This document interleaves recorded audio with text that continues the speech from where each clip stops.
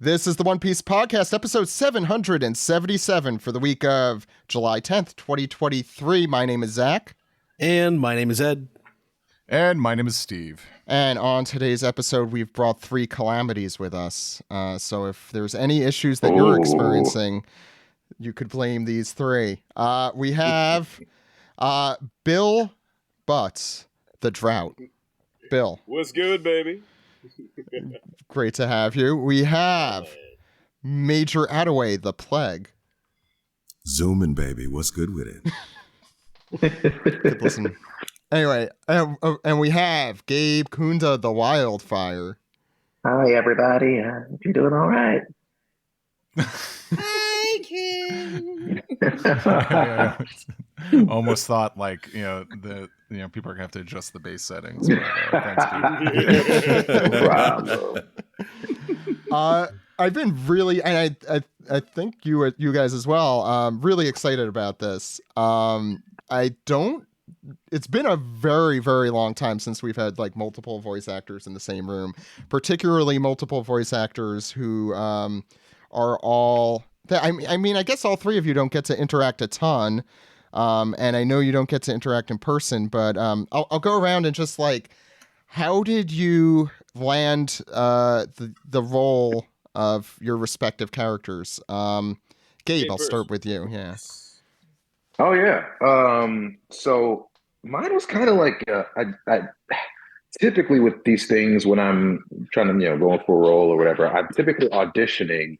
And then I, show up, and then, if they want me, I show up, and then we do the thing. This, I pretty much just showed up at Crunchyroll, and our director was like, "Okay, so we got this role for you that we think you'd probably, we're hearing you for, And I was like, "Okay, we'll see." And then I saw King, and I was like, "Okay, what's this about?" Then I heard Major, and I was like, "Oh boy." Then I heard Bill. And I was like, "Oh my gosh, this is about to be crazy." And I was like, "Okay." So that's how I got on. I mean, I didn't. I don't know about you, the rest of the guys, but I didn't have to audition for this one, which is a little, different than what typically happens. But I was honored to be thought of for this role. It's been amazing. I mean, I've done One Piece before, earlier on, Fisher Tiger, but this one was a little bit. I mean, this one was epic. So. Still over the moon about it. I want to get back to Fisher Tiger and all of your guys' other roles. Major, what about you?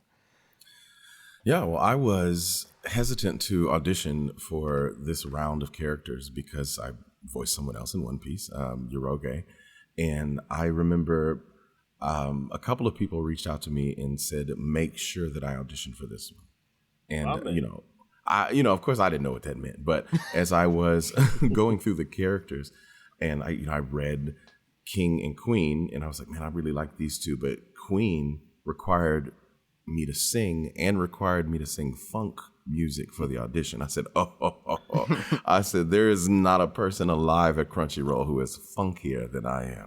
So it's true. Hey. So I sang "All Pretty Ladies Around the World," and that was pretty much it. Nice. They brought me in, and we found the voice. It was a great time. I didn't tell Major, but we just got him on here to sing funk the entire time. I have to jump in here and just say, like, Major, every time I came in to record my part, the directors would be like, "Hey, did you want to hear what Major did?" I'm like, "I would love to." And we just sit there and just listen to his takes, and it's just everything that comes out of his mouth is gold. And so I just have to say that, like, publicly, like, you absolutely bodied that role, and it's a joy. Okay, sorry, didn't mean to cut you. Thanks, man. The Zooming song. That was stuck in my head right now. Oh my God! Don't get me started. That Zooming song. Dude, it was me, MLK, Malcolm X, and Black G was cheering the whole time, brother. It was beautiful. I love y'all. Bill, what about you? Oh, Lord have mercy. Jack was the scariest thing that ever happened because I read for him. And I was like, I'm just gonna make this guy just hate embodied. Made it subtle instead of the screaming as like audition said. Then they wanted me to come in. I'm like, all right, cool. And then I read for it again. Cool. And then I got a booking saying, hey, they'd like to book you for One Piece. And I about did a backflip. I came in and I heard the scariest thing. It was, hey, Bill, just so you know, at the time, like, Funimation really likes it. We have chosen you to be Jack. I cried. But Toei is still deciding. My heart didn't beat for a day. So I recorded like 3 or 4 episodes of that. Just doing this and being as angry as I possibly could. And then... Amazing. Oh my god. I think it was like, by the time like we got to the actual fight, or Anthony, oh yeah, by the way, I showed you this like a month ago. Oh yeah, you're totally good. I could have slapped Anthony Bolin through the microphone. Oh. And that's how I got Jack. The end. Yeah. The good stories all around. I guess now that we have that settled, I also kind of want to hear about your journeys as actors and voice actors, since you all come from very unique and really extraordinary places. Who wants to start on that? Let's go the other way. Oh yeah, we'll do what do you call accordion style? So Bill. I'm Bill. Oh God, Lord, how do I condense this? You got all day. All right, bet. All right. Yeah, but make it interesting, Bill. Oh, okay. So there I was. I was fighting the Shredder alongside Ninja Turtles and Power Rangers. Oh God. This is, by the way, this is for Steve's edification. He needs to know. Okay, so there I was. I need playing, to know if you were Bebop or Rocksteady, please. Oh, I will be Bebop all day. Just like I betrayed you and Legacy. Oh, it was amazing. But anyway, back to it. I was a theater kid. And originally when I was going to school for that, I also at the same time went for broadcast journalism. So I actually interned with Cumulus Radio. It was fun. And at the same time, took Japanese in school. And this is a loaded story, but trust me, it is worth the journey. So, doing all that at the same time, all while also working a day job. So I worked literally 7 days a week. So eventually, the school I went to hired me to run the radio program. So I went from attending to working there, which is awesome. Did that, and I started going to these little anime conventions. It was fun, but I ran into a wonderful brother named Keith Silverstein. So at the time, I went up to Keith, and he just like talked for a little bit, and I was like, "Hey man, the legend, brother, yeah, the legend, voice of Guild Tesoro." And yes. He's a Rochi now too, Ed. Right. I was like, hey Keith, outside of you and Bo, I literally don't see anyone who looks like me voicing anything in anime. What do you do to really get started in that? And of all things, what I didn't expect was Keith sat down and talked with me for like an hour. So I was like, all right, bet. So to him, it might have been like, okay, I encourage this small black child. But for me, I took it all to heart. I did that. I tripped it down in school. I did Shakespeare, contemporary, competed in film internationally. Still did the radio thing. On top of that, I modeled for Lee Jeans, Hallmark. I went in. And eventually, while learning Japanese in school, started going to conventions throughout the country, doing MC work with a company called Babel for a minute with random bands from Random Steve to literally Nobuo Uematsu. I'll shoot you a video for that later because that was a blast. From there to Hawaii. So, did that until, about 6 years ago, decided to come out to LA. And by miracle, I got to read for a little show you might have heard of called Gundam. So, I read for it and I booked it. And I've been here ever since. Major. Yes, I was a theater kid as well. I grew up in Dallas, Fort Worth, and I did a lot of work at Casa Manana Theater and Jubilee Theater. And then, let's see, I was doing theater in Dallas, Texas, and they, at that time, they still had a wait list, or like an audition wait list for Funimation, and I was obsessed with it. So I found that online and put myself on that wait list. And I was doing a lot of theater, like back to back. I was the type of person who would make a schedule for the entire year, and on that would be what shows I could do, which shows overlapped, how much money I would lose doing each show because theater pays nothing, and how far each of those were from my house. And I ended up doing theater with some actors who were already working at Funimation. More specifically, Martha Harms, I believe at the time, was the person that helped move my name up that list. And so they called me in for a Wallace session, and I showed out. And so then they offered me an audition for, I really pretty sure One Piece was my first show with them. It was either One Piece or Space Dandy. I did those at the same time. And that was my first in at Crunchyroll. But voiceover wise, I was like singing with the Fort Worth Symphony Orchestra. I was like a soloist for them, narrating things. I was doing teaching materials, all kinds of things. Anything that I could get my hands on voice wise, I would work on that. And that, I would say, led me to there. But then, I was getting knee deep into the anime community. And then I got cast in a Broadway show. And so, when Broadway calls you, go do that for a while. And I was fortunate because when I moved there, I was working on Battleborn with Gearbox. And we finished Battleborn remotely in New York. And from there, that led to new auditions. And I ended up in a lot of different things.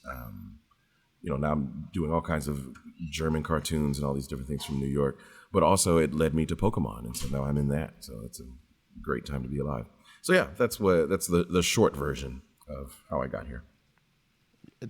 Yeah, Gabe. Dance with the genie. Can you hear me okay? Yeah. Yeah. Okay, great. So my start was in high school. I was interested. I saw a video called $1 Million Voices on YouTube, and it completely changed my life. It had Don LaFontaine, as you guys know, the movie trailer guy, who's no longer with us.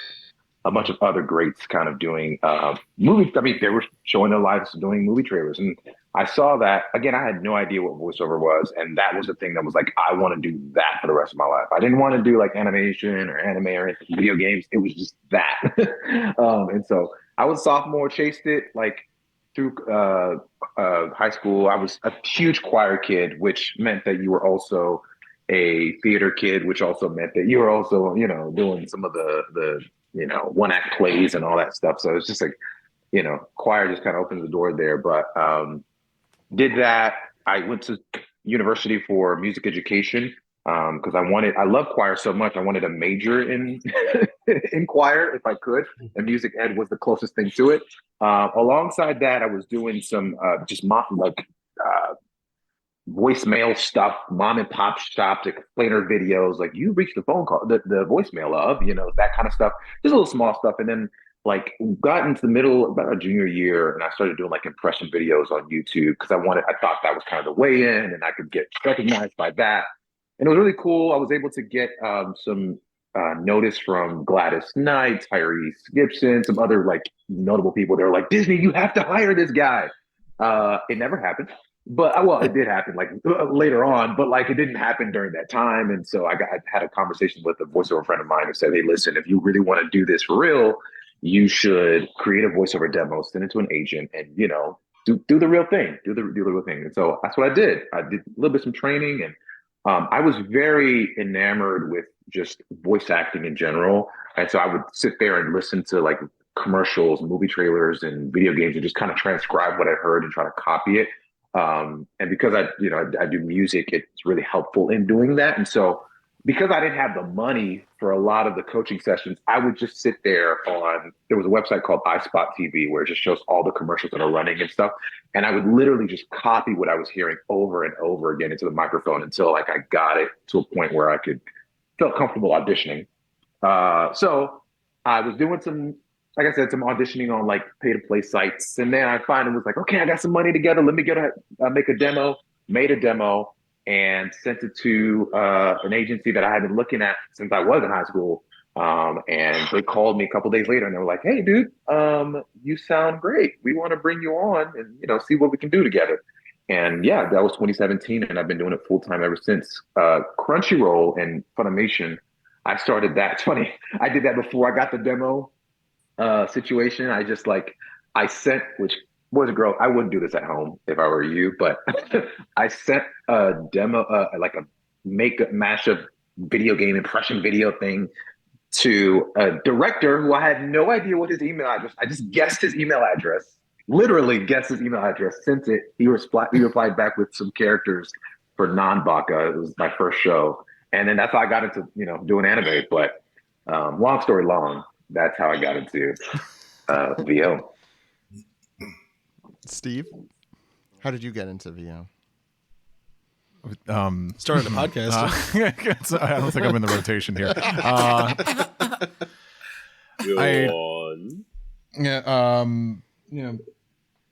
Forgive this question, but I'm curious. Since you all first started in voiceover, do you find that there's been more opportunities than I'm touching back to what Bill was talking about because he only knew of Keith and Bo Billingsley. Do you feel like has it truly gotten better, or do you still kind of feel like it's still it's a bit of a struggle? I mean, I still voice a lot of pale people. If that's what you mean. I would say, quick answer is that yes, it's gotten better in a way. We're all in the mix. But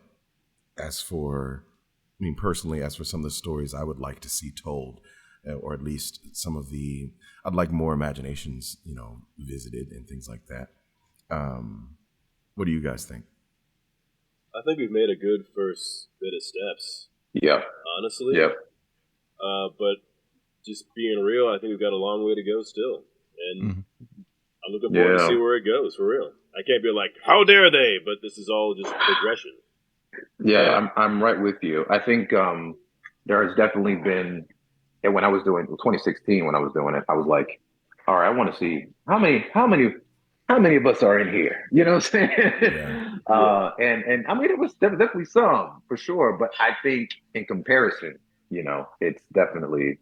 I think after George Floyd specifically, things kind of blew up in that where we started to be requested more. We want people of color. We want Black folks specifically, and there's been some things. Sometimes I feel like that regresses a little bit. I don't know if it's just kind of like the vibe or the trend of it or whatever. Because in some cases it feels like it's a trend. Unfortunately, right. It kind of I feel like it kind of faded a little bit, but. I'm with Major in that for me, it's at this point, it's like the stories that are being told, right? It's like, okay, what does this feel like from a person of color through his or her eyes? Or, you know what I'm saying? I don't know. I just feel like that way you can kind of start to see more of that diversification, in my opinion. And also, obviously, people who are hiring this as well, there needs to be some sort of some difference there. So I agree. I think there's a thin line between growth and affirmative action. And right. Yeah, I think it needs to be. Go ahead, Bill. Sorry. It's interesting, and I think during the whole Floyd thing, I was working around with some folks and like Ben Diskin and them, and I was like, I just want to sit down and just talk with these casting directors. Because at the time in LA, up until George Floyd, if you were, we'll say, Major Bill and Gabe Black, dark, you could read for the black person or the monster. And in LA, that was literally it. That is open knowledge. And I sat down, I was like, okay, I'm going to talk with them. What's the worst going to happen? They just continue casting me as the big bad monster. Great. And I was amazed that, I say this very vaguely because it was all of them. They, due to growing up in that ignorance, they believed that Black sounded like Chris Tucker, and that was honestly it. And I had to remind them, I grew up in Kansas, so this is what Black sounds like. So with a little pain in my heart, that's the reality of that. And I think some studios listened and really kind of give that change. And the change I'm talking about is in more of an equal opportunity bit. While at the same time, I am agreeing with Major and Gabe that I do think need to expand their horizons on stories outside of, like Europe and, you know what I'm talking about. But to give us equal opportunities while at the same time seeing us even beyond that as actual people. I think we're making big steps toward that, but right now we are simply at just those steps. The real ones have changed, the others were the trend and now are starting to backpedal, but I'm hoping if you're hearing this right now, I'm not trying to call you the devil or anything, but I'm saying right now, just grow with the times. Yeah, for sure. And I'll say this last thing. I think, I definitely think in pre-lay animation, there's been some advances for sure there. I can attest to that there's definitely been some push there. In terms of anime specifically, I don't know. I think there are moments of that, but I think it's also what directors are given in terms of the product, and when they present that to the client and say, hey, we'd like to hire this person, just, switch it up a little bit. They're like, maybe not, and so it's I'm sure it's hard for them, and you can only do what they tell you to do, but it is something that's just like, at some point, I mean, you got to stand up and be like, yo, we're going to diversify this. And well, hold on, let me be clear. We're going to hire some Black folks in this. This is what we're going to do, okay? Because I don't want to, this is what we're going to do, and hey, tough stuff. But it's difficult. Like, it's easier said than done. And I know that. And so, anyway, that's my last little couple things. For sure. Oh, man. I just it's got to be tough because you're working, with another country that's making all this content, and they still, there's a lot of catching up to do over there for sure. Mm-hmm. But I'm also not to speak of other people not in the room, but it's it was very nice to see something like Zena Robinson is the voice of the protagonist Tai in the new version of Digimon. Let's go. Yeah, and that feels like, geez, that's I feel like up until recently, I don't think that opportunity would have ever been there for him or for you or anyone else. And I was very happy to see that, and I'm just hoping, I hope more of those opportunities come up for you guys and anyone else, come up in the industry. I want to say right now, on that note, Studiopolis is Ryan Johnson. You are a GOAT. You are amazing. He is an incredible ally. Bless that man. No 2 cents on that one right there. And it benefits everyone to hear that sort of diversity in animation. It and dare I say it, anime is enjoyed by people from all different walks of life, all different cultures and races, and this is important, for fans to see people that look like them involved in these shows. And also, I a lot of us grew up watching Toonami, and yes, sir. Amen. So. I was just also going to say, I was going to say this at the end, but if you're not getting the voices the three of you have, you should be getting hired for everything. I don't. They're really missing an opportunity. I think if studios are going to be closed-minded about that. Listen, I just want to fight Major Attaway and Gabe to the death in an anime. Is that too much to ask? I ain't asking for much. There's still a chance for that to happen. Bill, even in an anime, you would push me. So it's okay. That was my next question. Who would win in a fight? I'd expect it to be I'd voice Clayface and Gabe would be Batman, and I would just get away with that.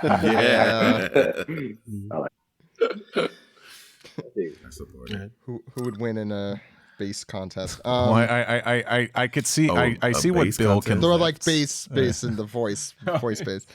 I mean, I'm giving that to Major, baby. Well, I'll take it, but I mean, I've heard Gabe hit some low stuff now. Yeah, but it's that not movie trailer. I see you, King. No, here's the thing. Let's be clear. It's not natural. It's I have to make myself do it. We're talking about natural bass, right? When you just open your mouth and it was just glory gold. You know, I did wake up like this. Exactly. There you go. Yeah. There you go. Let's be for real. Go take your blessing, baby. I love it. Ed, I think you were going to ask a question, right? Yeah, I was going to ask about your process of connecting to your characters. Like, what are you sort of drawing on when you go for Queen, King, or for Jack? How do you put that together? Oh man, Is it my turn this time? You have to fight for. No, you win. You win major. Well, let's see. In the booth, we were looking for his voice, and I can tell you, I guess it's okay to say this. It's not a big deal, but he is kind of based off of the rapper Tone Loc. Oh yeah, from Ace Ventura. Yes, exactly. So I try. That's what I do, and I don't do this for other characters, but for Queen, I kind of I don't know, remind myself of his name, and I just kind of use his name as my word to get me into Queen, you know. So as we're going into the Tone Loc. Okay, hey, sup, it's Queen. And he's just got a little bit of New Yorker in him, but he's also a middle child. So he throws a hissy fit at the drop of a hat. Yeah. So yeah, right. For me, it was really about, you know, and I'm sure same for these guys, getting to know him. Well, and I guess my character, different than the other two, he does a lot, you know, in the show. Like he runs the prison and he, you know, has a few other things that he does, and he's one of the. He's got big dance number. Right, big dance number. And he's a mad scientist, so he has a history, like that history with Sanji and all that stuff. Yeah. And so yeah, I wanted to understand his emotional state, so that I could flip at the drop of a dime, like he has to so often. Yeah. Bill, I'm done. Well, I'll make this. It's just not a big ant. Oh, it is. Damn. Anyway, for characters, even like Jack, it's honestly just me. Now, when I say that, it comes to like the actual the emotion behind it is it's just myself in a situation. Like, you remember like when you're like 5 years old, you go on like the playground, you'd be like, "I'm Goku, yeah!" And for a second, all that mattered to you at that very moment was you were a small little boy who could shoot laser beams and fly and shit. Mm-hmm. Like that was it. And for Jack, Jack is bored. He's bored, he's angry, and he's always looking for the next big thing, no matter how the challenge really is. And he's already seen and done it all. So there's a tiredness to him, an anger to him that I constantly really dive into in my own self when I'm either bored or angry. And it comes to the actual voice within itself. I was studying under a guy named Ned Lott. He does a lot of Disney stuff and things like that. And actually developed it through him. And with that is a guttural kind of bit of a voice that I made for what I sound like if I was like a big scary monster. A little bit teethy, a little bit that there. And it's a combination of Beast, hear me out, Revolver Ocelot, and the Hulk. So specific. Yeah. Literally, it's you're pretty good. It's like, okay, cool. Let's drop it down there a little bit, like a little bit of the Hulk, and you merge the two, and then you give it teethy, so it becomes something solely like this right here. Whenever I talk, and that was literally the voice. Like, I'll do that. They'll love it or hate it, and I got the job. You know, I mean, what an instrument, Bill. My God. Thanks, Big Daddy. It's wild, bro. It's I'm amazing. so proud that is just that's just all Bill. No, right? No technical modifications. AI can't do that. Just him trying to swallow an egg while he talks. And to make it very clear here, yes, it is 100% me. Yeah, for me, I think it was. I always like, you got to look at the art and then see just how, because the sound of somebody's voice really, a lot of times you can kind of tell what the situation is going to be based on their size. King has a huge kind of chest cavity type of thing, so it was one of those things where it's like, okay, so I knew, there's a lot of bigness to him there, and now then you deepen it down, whatever you do the thing. But for me, and also like he had to be commanding, and a little bit of an eye roll to him, given that he's partnered with Queen. And you know, he's second. He's one of the highest ranking of the crew. You know, Kaido's men. So for me, I was kind of keeping all that in mind and just making him sound, you know, really militant, and you know, we're going here, you know, shut up, Queen, you know, that kind of thing. Where, you know, but you know, I think it's interesting. I always get this sense that he kind of enjoys some of this stuff, like low key, real low key. You know, he's like, you're paying in the Nagas, but you're still fun to hang around. I don't know. He's wearing a mask, so yeah. Well, actually, I wanted to ask about that. Like, did your opinion of King change once you found out he was hot under the mask? Oh, absolutely. And see, here's the thing. I tried not to. Oh my! That was my question. Yeah, I tried not to look at like anything. So at first I didn't know. I was just happy that he was in a mask because that means I didn't have to match lip flaps. I was like, this is amazing. Yeah, and I was gonna say. And then somebody on TikTok sent me some sort of, you know, thing. And I was like, wait, who is this? And like, oh, this is King. I'm like, what? Who is this? Oh my God. The dude is a babe. Okay, cool. So yeah, it kind of shifted a little bit when I saw him at the mask. Where I was gonna now I forgot what I was gonna ask there. Ed, Steve, do you have I'm just Yeah. I got distracted. I got distracted by the Tone Loc thing, and I said this, but I realized I was muted. Bad joke. I was like, oh, it's, you know, after what Major talked about, I'm like, oh, that's what we call a funky cold McQueena, and Oh. That gave me chills. I was like, maybe I could. Oh, it's like, oh, funky cold McQueena. Because I want Josh. Sorry, maybe because I just want Zach to write that down as a potential. I did. It's already happened. I guess my other question was, what's your experience level with One Piece? What's your familiarity with the story going into it, or what is it at now? Fam, listen. we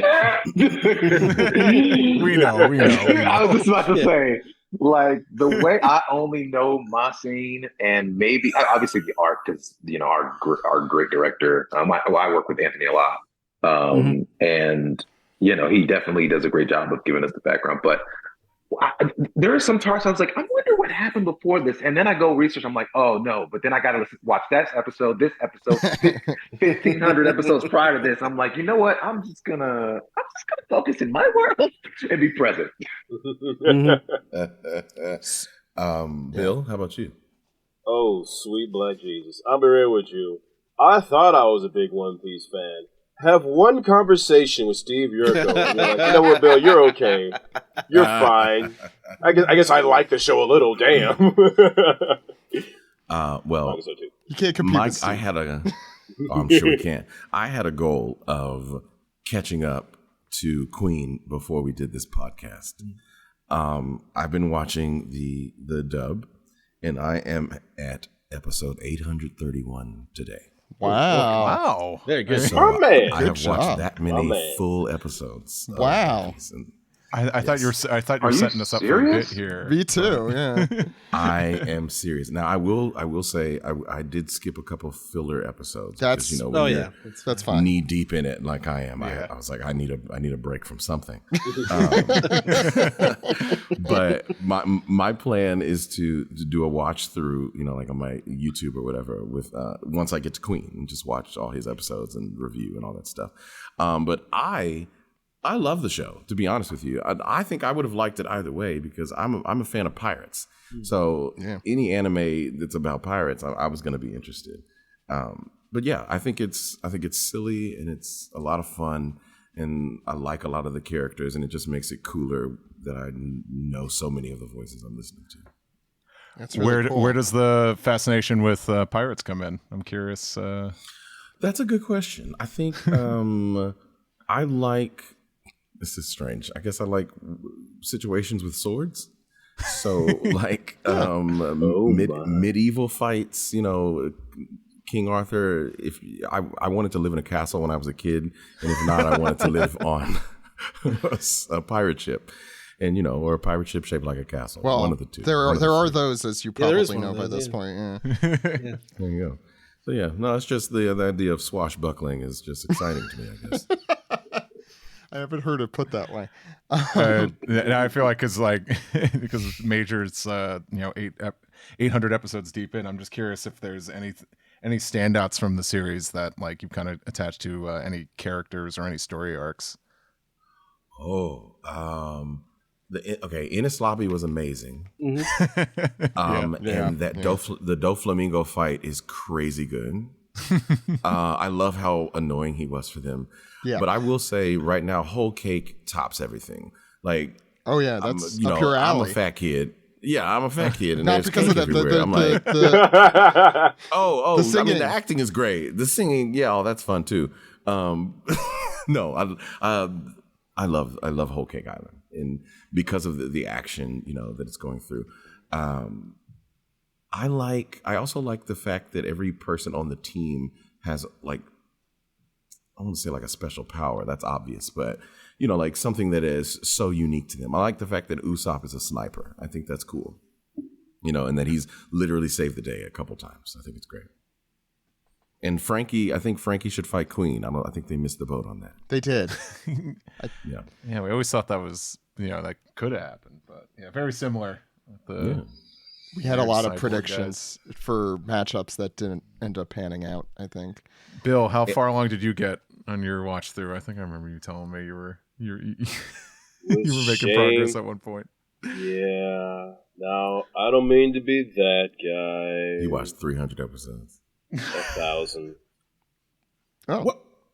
Yeah, no, your boy is like damn near caught up. I am literally. Okay. I was sitting, we were like gaming, and I was like, "How dare you, Steve?" Then I just buckled down. So you let me talk a big game. I wasn't going to say a damn word until Steve called me out.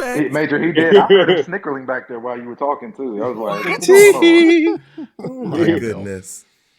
Though I do want to say, actually, listen, King is great, but I'm sorry, but the entire bit with Fisher Tiger is probably man. Yeah, I was going to ask about that. Yeah. We should, that put a pin in that. I felt like Malcolm X during that arc. I'm not gonna hold you. Like that thing did something. And that was my first big like soul. I don't know how they trusted me with that situation, but like that was my first big role, and like the entire time I'm like weeping for this little gal, man. Like what? It was amazing. It was amazing. I love that art. Yeah, that's such a standout part of the series. Yeah, Zach, I don't know if you had any questions. I know you're very particular to that flashback. No, I just love the hell out of that flashback, and you did great. And I don't know if I have any specific questions. I mean, Steve, if you do, I mean, I guess just how was it? I'm coming up with questions here on the spot. It's like Gabe just said, like just weeping during literally 3 episodes or so. I was asking to Mike, what did you think of that material? And just, I know, there's a whole lot of subtext in there, and it takes so much, I think it's reality. regular text.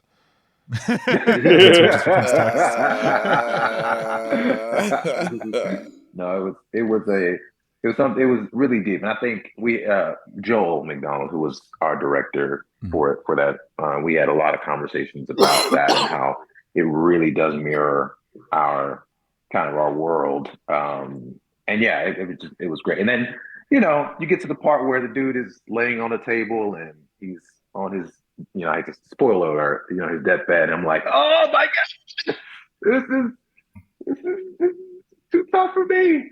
Because I just got attached to his heart and his movement for the story. So anyway, it was an incredible first kind of big gig for me, and I'm really grateful to be a part of that legacy. We did a commentary kind of watch party type of thing where you're just watching and then giving our comments for each scene and stuff, and it was really cool. Just gotta getting the thoughts of the rest of the cast on it and stuff. And so anyway, it was fun. You killed it, brother. Thank you so much. It's a real welcome to anime experience. That is no kidding. No kidding. Like that was the time where I was trying to figure out beeps and stuff like that. It was like beep, beep. Oh, And it was like wow. total silence and stuff. I was like, he's like, yeah, you're supposed to go now. Now you're supposed to speak. I'm like, oh, okay, gotcha. But yeah, it was very trial by fire, sure. So awesome. Yeah. I Bill, can't imagine stepping in and like getting into anime through that. Sorry, go ahead, Steve. Oh yeah, no, for sure. It's definitely like a very heavy role, but It's yeah, not. You, It's like I not. said, you killed it. You did such an amazing job. It's sad that that's not a little more archetypical of what we have in anime. At least the regular text. Bill, don't think we forgot about you, man. I'm curious. Like, what have some of your favorite stuff been? I feel like you and I haven't talked about this in person in a while. So well, listen, I don't mind taking it back to every now and then, but I will say, God, like, out of all things, including like the Wano arc, you know what's oddly my favorite? More than Whole Cake, more than Wano, more than Skype. I love Skype. Shut up. Yeah. Anyway, I would say it was actually literally every moment with Bon Clay. Yeah. I kid you not. I kid you not, bro. I open mouth like wept the entire bit. I mean, it's through prison, the whole works, man. Oh my god, the dude nearly dies so many times just because like he didn't even know him that well for Luffy. Just that alone. That's right. I got chills, bro. And they multiplying. How dare you? Just trying to pull Major in the conversation here. Bon Clay, that's my buddy. That's Barry Yandel. Barry Yandel. Yeah, he was great too. Yeah. I'll say, who would you say your favorite fight is, though? Please don't say King. Favorite fight. Say it again. Gabe, What'd you say, Gabe? Are you picking King and Zoro? I don't want to. Gabe, the animation that is amazing. I mean, it's wild. It's wild, and I just like what I do want. Y'all got to stop. Like people continue to copy or comment on my TikTok. That I get my butt kicked and all. I'm like, listen, hey, chill out. You know what I'm saying? You did not. I'm not writing the story. You had a good fight, though. That was, I mean, you almost killed the guy, I think. He saw death after. So, There's so many brush strokes. It's true. Well, you would have never, never thought so looking at my comments, bro. I mean, this is shambles. They dragging me left and right. Don't read the comments. Kayfabe is real to some folks. I had somebody walk up to my booth at this last con, man. They're like, "Oh, how's it feel to lose in that One Piece so much?" I'm like, "Sir, I was money handed by an island the size of Kansas. I'm taking that L." Take a bride. Was there a fight you had in mind, Bill, that you wanted to? Listen, I'm just gonna be real with you. It really is Zoro versus King. It is so dope. New recent favorite. I say that with my whole chest, whole cake. Your whole cake. I say that with my whole cake. Sounds like it's so funny because there's the One Piece trading card game too, and they have like cards of Jack, and he's got the biggest man chest there is on the depiction. Oh yeah, his chesticles so big. And I was like, oh, this is just a card of Bill. Honestly, bro, I'm legitimately tempted to just do it, just to like cosplay photo shoot that just one time. You've shown much restraint, Bill, for not doing it already. Soon, but only if Major does it with me. Oh, I'm in, baby. My man. Gabe. My head is already shaved. Let's do it. Okay, we'll start planning that right after this. I also want to shout out to Crunchyroll, y'all. We're almost caught up, y'all. Like, everybody. We have not talked about everybody who saw us and said never do it. You're gonna feel it. We're here. We're doing it.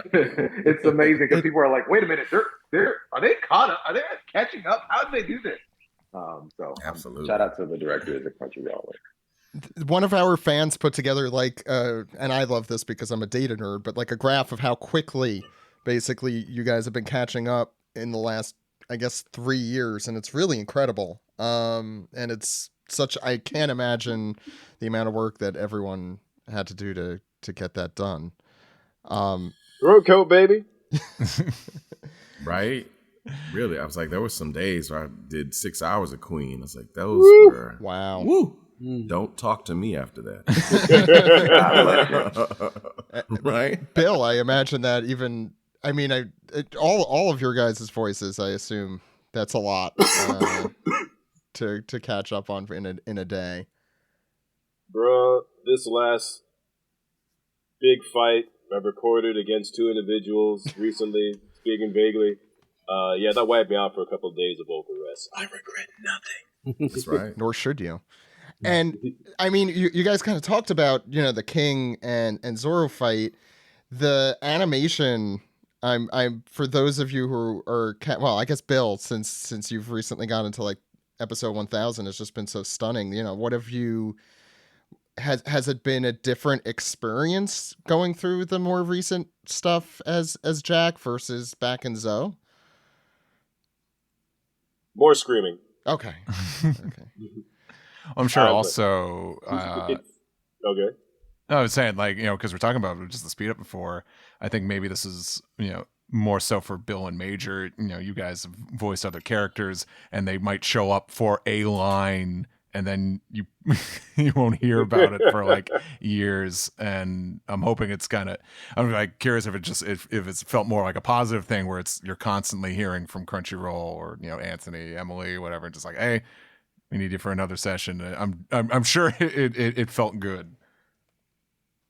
Sir, Absolutely. I love to work. Yes. Yeah. So the thing's like, hey, Bill. I'm like, yes. Same. I'm really hoping that Yuroge comes back. He doesn't do much in the show itself, and I feel like his particular power set could be very entertaining. So moving forward, I'm hoping that is the case. I know he is reaching the end of Queen. I know he has like a fan base in Japan. There's like people who are obsessed with him.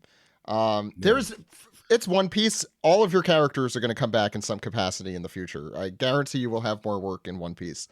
I think the only thing, and I want to ask you guys, like the 3 of you don't interact a ton in the arc. Like, is that, I want to know what my question is, other than like, is that something you wish that you had more of, or like, how was it to work off of I know you're in different rooms, but how was it to work off of the others here? It's always it's always good when I do have a scene, especially if a scene's already been recorded, like Bill or Queen. It's like that's great. Then I have something to work with. When it's only you, when you're the person to lay down the first track, it's always like, okay, I really gotta. It's actually interesting. It's like the first person who goes really has to set the tone and the world for everybody else to kind of help support. I feel like, but I wish there's more interactions. But the closest thing we get is like when I'm passing through the hallways and I see Major going into the booth, or he sees me going to the booth, we always like, "Hey, player," But I wish there was more. Yeah, agreed. Some fun times at Crunchyroll, and there were very few. I could count them on one hand that I've been able to be in the booth with other voice actors for a moment. That's been the greatest. And my most exciting day doing this character was the introduction, where the 3 of us were, I got to hear both their voices for the first time. Yeah. Ooh, that was so exciting. Goodness gracious. Amazing. So yeah, definitely wish that, we could talk to each other more. And Gabe is absolutely right. It's a little bit intimidating to be the first voice on the list, especially when I'm like, I'm setting up Sanji, so I was like, let me make sure I get this right for him. But yeah, definitely want more of us interacting, just to be able to hear each other's voices more. It's an honor that we even get to have this little trio, whatever it's going to mean in the future. So yeah, it's great. Yeah, and correct me if I'm wrong. Like the three of you already knew each other before you did some of these roles, correct? Yeah. Which made it even sweeter. And I've yes, sir. How did you all meet? Steve might know the answer. I don't. I know. I don't know necessarily. I just like I don't know if the three of you have ever been in the same room at the same time. I know Bill and Gabe have hung out. If we did, we would not be here. The world would have exploded. It's too much. It's too much. No, too much cocoa in one room, baby. I hope that for you. The three of you should. I met Major. I met Major. I think in person. I think the first time was at I think it was at Crunchyroll. It had to have been. And then, but I've always like kind of stalked Major a little bit, like on his Twitch when he's live streaming and stuff. And so I felt like I've met him in a past life. Bill, I met Bill like literally a couple months ago. Back in May, we went to go hang out.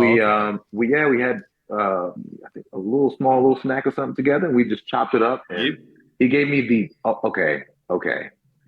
Bill's hugs. A gift from you. Bill's hugs, yo. Like that right there will make the lame man walk, dog. I'm telling you right now, it's so good. It's so good. So anyway, that's we got to get together though. That's it. Yes, sir. That makes it happen. Yeah. Make it happen. I met Bill and I met at Black. Go. Yeah. No, wait, go ahead. We met at what was it? Tokyo and Tulsa.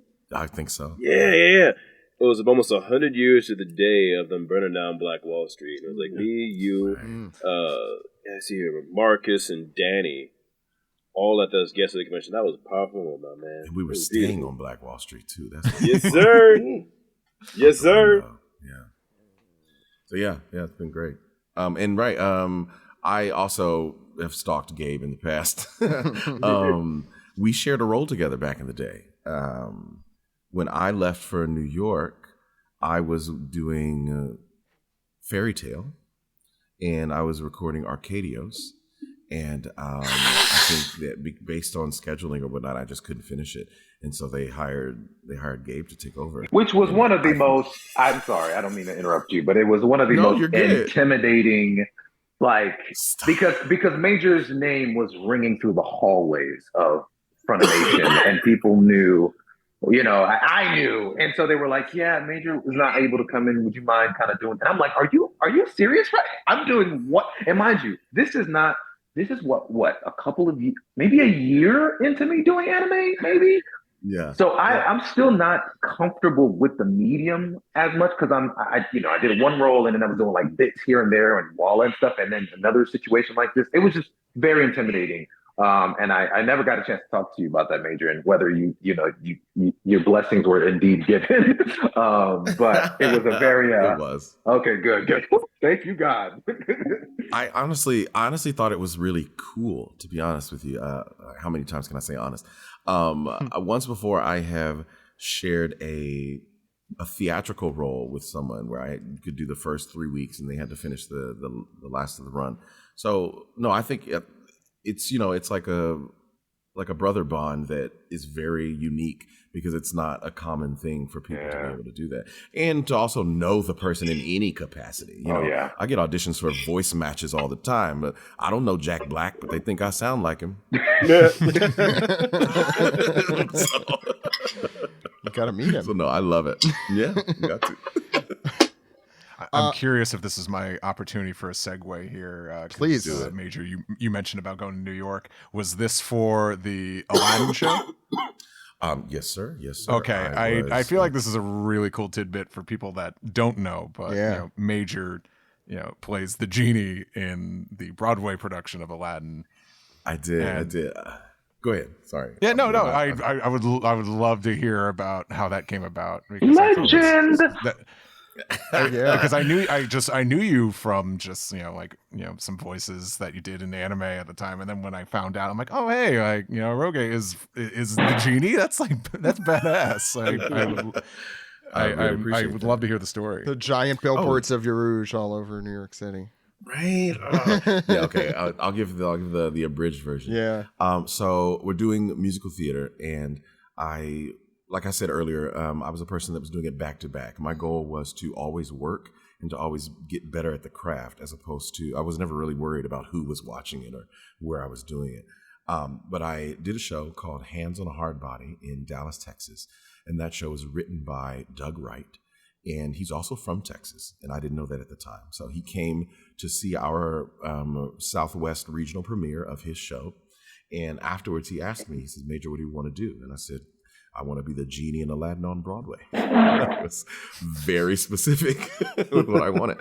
And he said, well, did you know that James Monroe Iglehart, the man who played the genie on Broadway, was supposed to play the role you just played in my show on Broadway, but instead went to Aladdin? I said, that is not a coincidence, right?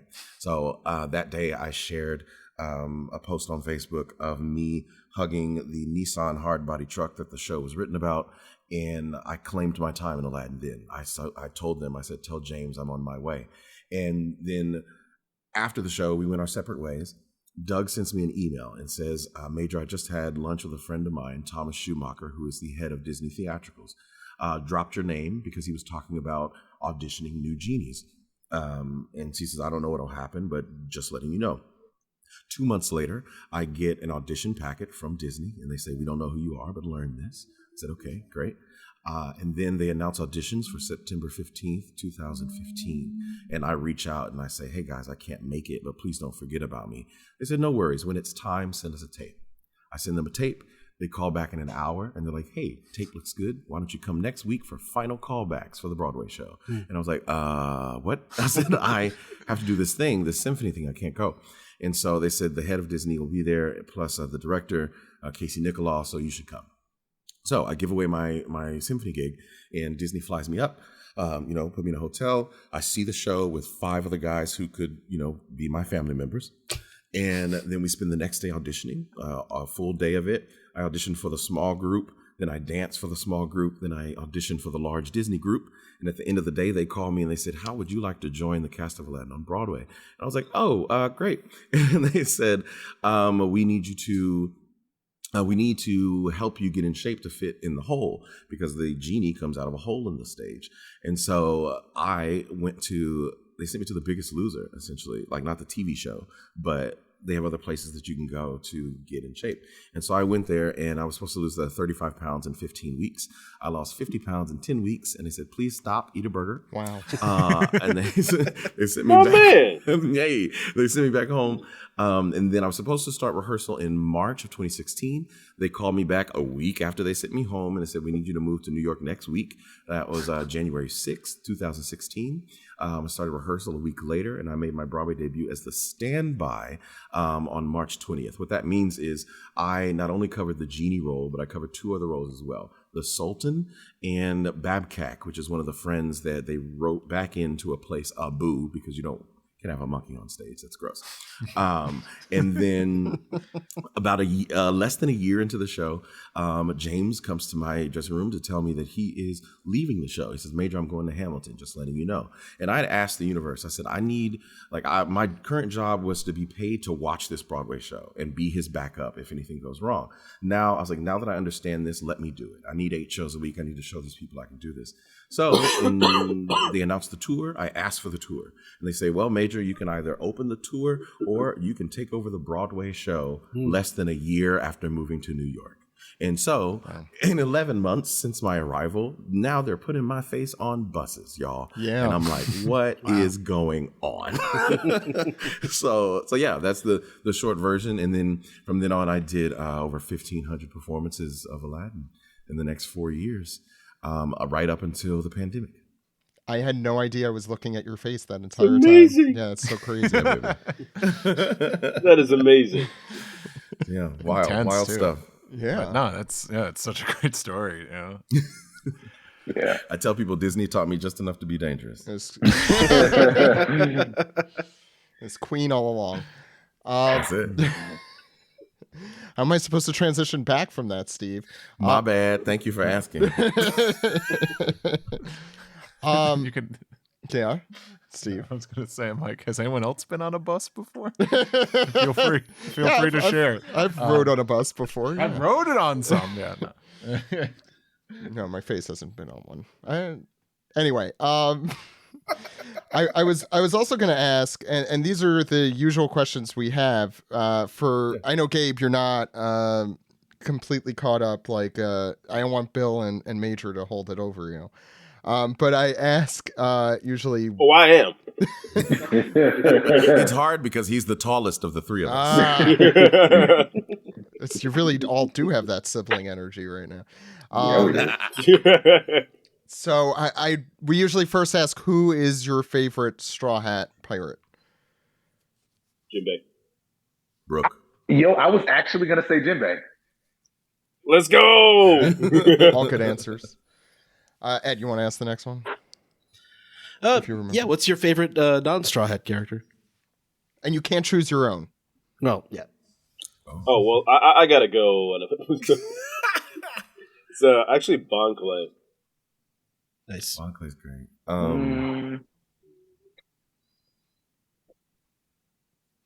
The Capone guy is pretty great. Oh, hey.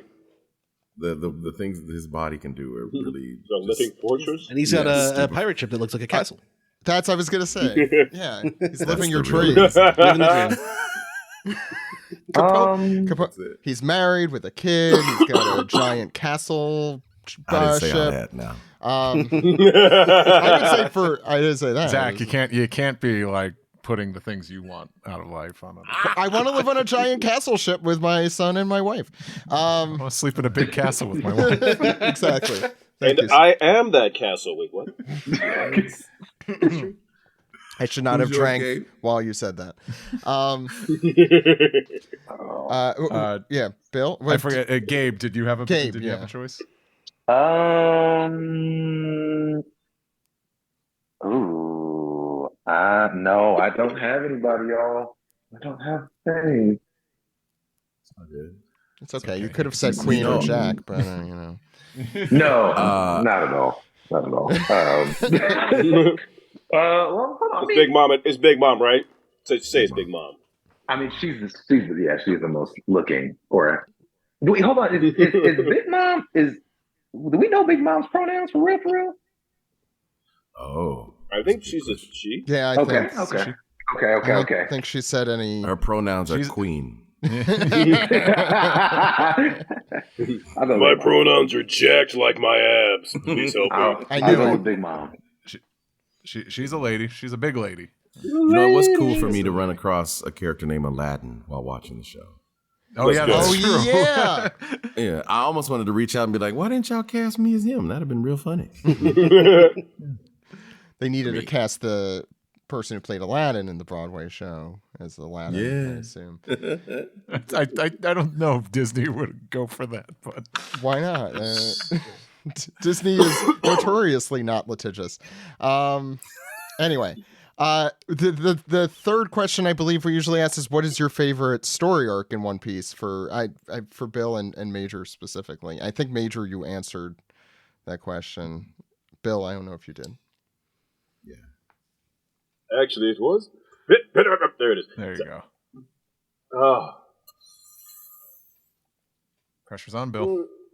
Okay. If you say the wrong answer, Oh, okay. Jeez. Let's see here.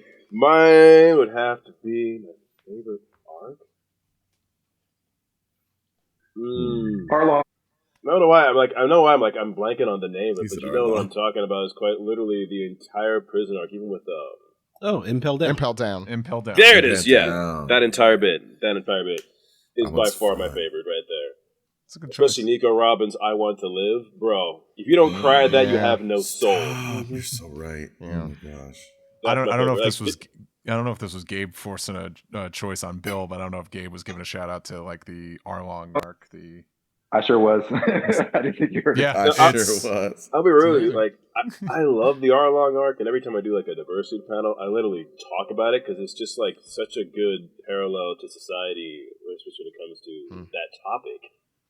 But it's dope. It's a close second, but man, I tell you, they got some feels out of me, brother. They really did. Major. Well, and I did kind of answer it a couple of times, but I mean, Dressrosa. Anything that I started to learn the connections to Queen, any of his old cohorts, that was really intriguing to me. So I would say that. But yeah, but I mean, I really liked Ines Lobby because it felt like a clear demonstration of what I was getting myself into. Like the way it showed me the formula of One Piece, how Luffy's going to get knocked down and then, level up and all that stuff. So it was nice. It was nice to see it like that because I was like, man, I know what I'm in for, and I was looking forward to it. So, yeah. Nice. I should. My long answer. No, it's a good giraffe man. Which giraffe man? There's several giraffe men. Oh gosh. I was gonna Hamlet. Yeah. Yeah. I think Hamlet might start taking the prize soon. Kaku's made a strong comeback before we went on hiatus. That's true. Well, not to spoil everyone. I was gonna say though that at least Major, I know you're not to. It's not. I'm not gonna be spoilery about it, but there is more Queen. I just don't know if he's gonna show up in the anime. But we see some young Queen in the manga at least a little bit. Yeah, I do know about young Queen. Okay. He's looks like All Might, right? Did he? Well, skinny Queen, skinny All Might. You know what's so funny? I can't remember if he was skinnier. I have an All Might Funko Pop right here, and I literally looked at it and I was like, that kind of looks like Queen. Literally, I had that thought, and then you There said you go. that. Wow. I've always thought that. No, I definitely think there's potential for Queen and King to show up again in a flashback or something. One Piece. Jack, nah, you're shit out of luck, Bill.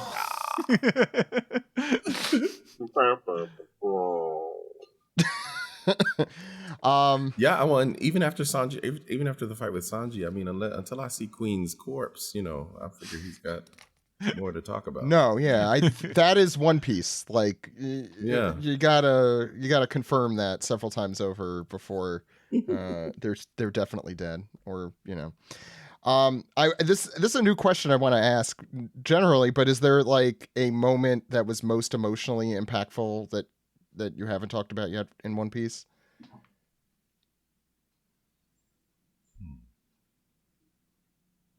I think I mentioned definitely for me was that, Fisher Tiger part that was a little bit very impactful in terms of working on something. I never had an emotionally involving character to work on like him. I mean, I've also got an opportunity to work on Apex Legends, and the character I worked on there, he was pretty emotionally driven as well. But I think Fisher Tiger, that takes the cake, just given the story. So that was very involving. Bill? Are we talking like Crying. work in general, or just Oh, just like in the One Piece? One Piece. One Piece. I Want to Live. Oh yeah. That wrecked me. Yeah. Absolutely. Yeah, I mean, everything with Nico Robin is just exhausting emotionally. It's like, they've been through so much. I would say with Whitebeard, I mean, that whole area, with Ace and all that stuff, but maybe more specifically when the giant sacrifices himself. Yeah. I love that one too. Little Oars Jr. Yeah, with the hat. Mm-hmm. Yes. In case you didn't know, Zach. No, I knew. Little Oars Jr. with the hat. Come on, Zach, get with it. Yeah. Thank you, Steve. That was pretty powerful. So we had a couple.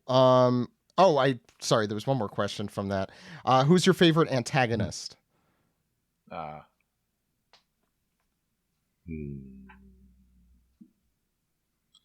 Me, but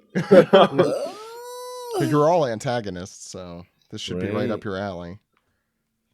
No flamingo isn't around anymore. God. I mean, go ahead. What you got? Outside of us, there is. Kaido is pretty dope, but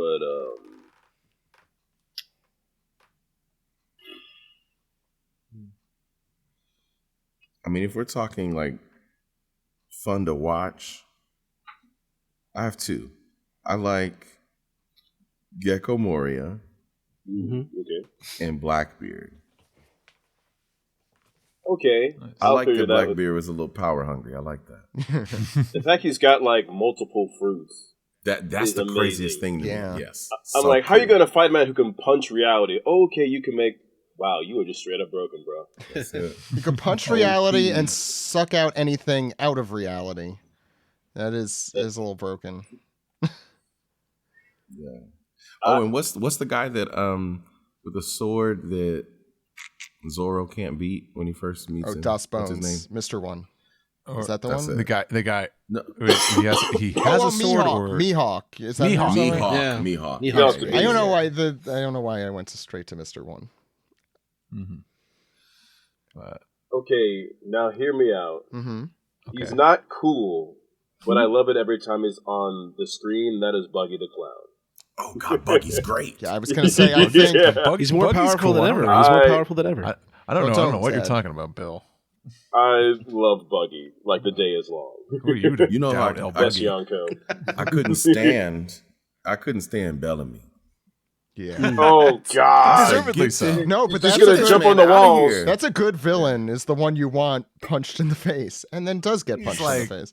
He's every high school bully, you know. Yeah, He changes Yeah. though. He's different now. Yeah, but still, it was still so satisfying. He got into an arts and crafts class, and he's channeling his anger in other ways. So I have a couple of I have like 2 or 3 fan questions that I like that I want to ask. One is from friend of the show Delaney, who says, "Okay, while we're here, I gotta ask Major, did you get to contribute to the process of dubbing the songs? And was the extra juice at the end of a riff in the studio, or was there a strong game plan for additions going in already? Cannot emphasize enough. 10 out of 10. No notes either way." Thank you, Delaney. I appreciate you. I think the answer to your question is yes. I got to contribute quite a bit. Once it was decided what they wanted to happen in the song, they gave me the time to go back over it with a fine-tooth comb and really punch up the moments where I thought I could add something wild. And a lot of it's inspired by the original actor. I mean, the versatility in his voice is let me know that I couldn't really go too far, go too big. So yeah. I mean, that's why they hired me, the funkiness, So it's literally they were like, just have fun, and that's what we did. So yeah. I definitely all those riffs, those were all me, Like Anthony will say something like, "Oh, could you do something like?" and then give me an example, and I'm like, "Oh, I got you." And then I start squealing, and they're like, "Yeah, that's it." That's great. We also had a question from 91 Ryan, who said, this is for everyone. What job would each of your characters have in the real world if they weren't pirates? I think King would work at the DMV. Next. Oh my gosh. I think That's a prison. Queen would be a choir director. At a church. At a church. At a church. I agree. Yeah, Absolutely. Absolutely. No, yeah, specifically. He'd be a choir director at a church so that he could use that power in whatever way he felt necessary. There you go. Maybe some choir. Oh yeah. Yeah. They'd sing hard and loud. Jack would work at a UPS or the post office and constantly talk about how he could have actually joined the military but never really did with a back injury. He would be like that. He would be like the high school bully. Yeah. Wow, Bill. He's like, I could have made state if I shut up, stupid. Oh my God. Bill, you said so little, yet you've described so many people I've come across over the And years. Jack would have been one of them if he existed. Jack is already, he's already used to wearing brown, so I think That's the true. transition to UPS, Let me see if I have any others. I think those were the 2. Oh, well, I don't know how much you've interacted with Yamato generally, but Gabe Ruiz asked if you're aware of the dynamic there. Who would be the best nanny for Yamato watching him while Kaido was away? If any of you were aware of, I don't know how much you interact. Kaido's son. Yeah. Kaido's son. Of you three, of your characters, who's the best babysitter? That's basically the question. It's gonna be Jack. It's gotta be Jack, right? Yeah. Oh, bro, it'll be like them wolf and cub thing where Jack would teach him how to poison entire cities and how to slaughter his enemies and how to take on 5 captains when you can only take on 2. You know, there's little things like that. Oh my god, I love that. I feel like Queen would probably build a box she couldn't get out of. Yeah. Queen would be like, don't bother me, I'm busy. If you touch that, it'll explode. It'll explode. Yeah. Queen's the one that's like gonna invite a girl over later, so it's like you got to go to bed. And the girl over, lady. Yeah, we got about. Here's $50. Go to Starbucks. Gabe, I don't know if you. Oh, I think Gabe's got a message. Oh, okay. There you go. Sorry about that. Yeah, I do want to thank Gabe for coming on, and that was basically it, I think, for us anyway. Unless Steve, Ed, I think we got it all. I think we got a lot of great banter today. Mm-hmm. Yeah, important questions asked. Yeah, and so awesome to have the 3 of you on here, together. This was fun, y'all. Thank you, Gabe. Gabe, yeah. Before you go, where can people find you? What work do you want people to know about that isn't NDA'd? Nothing. No, I'm just kidding. No. Yeah, you can get me on Twitter at Gabe Kunda. I typically post new releases or new games or anime stuff that I'm working on there. Don't go on my IMDb because some of the stuff are fake. You know how people just make stuff up? Anyway. Yeah. So if I post it, it's real. My Instagram threads now. Oh my gosh, there's so many of them. And then I'm also on Twitch. I stream on Twitch quite a bit. So if you guys want to hang out with me there, just kind of chop it up. It's at Gabe Kunda on all social media. So yeah, we'd love to talk to you. And I'm going to be at Sac Anime in September. I'm forgetting the dates, but go look it up. Go look it up. Type in Sac Anime and you'll see the dates for it. I'll be there. And I would love to sign some King print too. Yeah, that's about it for me. Especially since King is so good looking. Why not? Suave. He's got those new headshots. So. Oh, good. Major, where could people find you? Yes, you can find me on the Insta and the Twitter, Major Attaway. I'm also a Twitch streamer as well, so you can find me on Twitch and on YouTube at I Played Major, and it is where I do a little show called A Brick of Clay, where I'm in the Borderlands universe. I voice Clay, the smooth operator, and I'm good friends with the man who voices Brick, Mr. Marcus M. Malden, and there we are A Brick of Clay, the mortar of the Borderlands, where we play the game with other badasses, and you can come hang out with us and hear about other voice actors' lives and things just like this. And Bill, where could people find you? Well, first of all, I am now following Gabe Kunda on Twitch right now. Major, all y'all definitely need to watch him on the streams. They're amazing. I will vouch for that right now. See here. For me, you can find me on Twitter. It's Bulldozer777. Instagram is Bulldozer77, and there's like 38 other social media platforms, but we'll see which one wins that little kumite. We'll figure it out. Occasionally, I do stream. That is just my name, Bill Butts. You can find me on Twitch with that right there. I stream a lot of Resident Evil games, do speed runs, things like that. Sometimes I'll hang out with Major. We'll see what happens. Yeah. And out right now, well, let's see. If you're a fan of a game called Honkai Star Rail, I'm the host and mascot of that, Albert. So you can actually play the game right now for free on mobile and PC. If you're a fan of Street Fighter, actually one of the last bosses, I'm Rudra. So play those games. Cool. Yeah. Yeah. Nice. I didn't mention those things. Well, I guess I missed Borderlands, but I am the new narrator for Ultraman Blazar. Oh, wow. The new Let's go! Simuldub, and also on a show. Oh, I am on Golden Kamui. I'm on the big bad for the 4th season of that. Another Pirate Boltero, and I'm also what's the last? You know what? I don't think I can mention this character yet. NDA. What character? What character? Little NDA moment.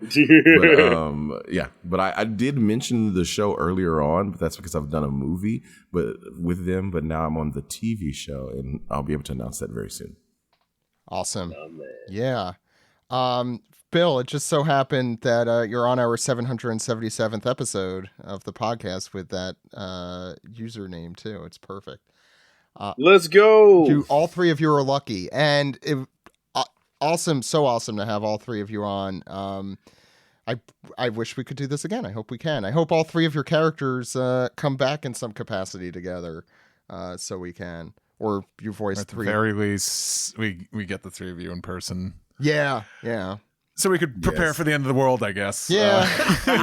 But at that point, what else is there really? That's you're all set when you got all 3 of them. Anything else? Anyone? We good? No. Okay. Just thank you so much. Thank you so much. Giving us the time. I know One Piece definitely takes up a lot of time. Yeah, it does. When you devote yourself to it. And I know this is a little bit extra, but really appreciate you guys coming on and chatting with us.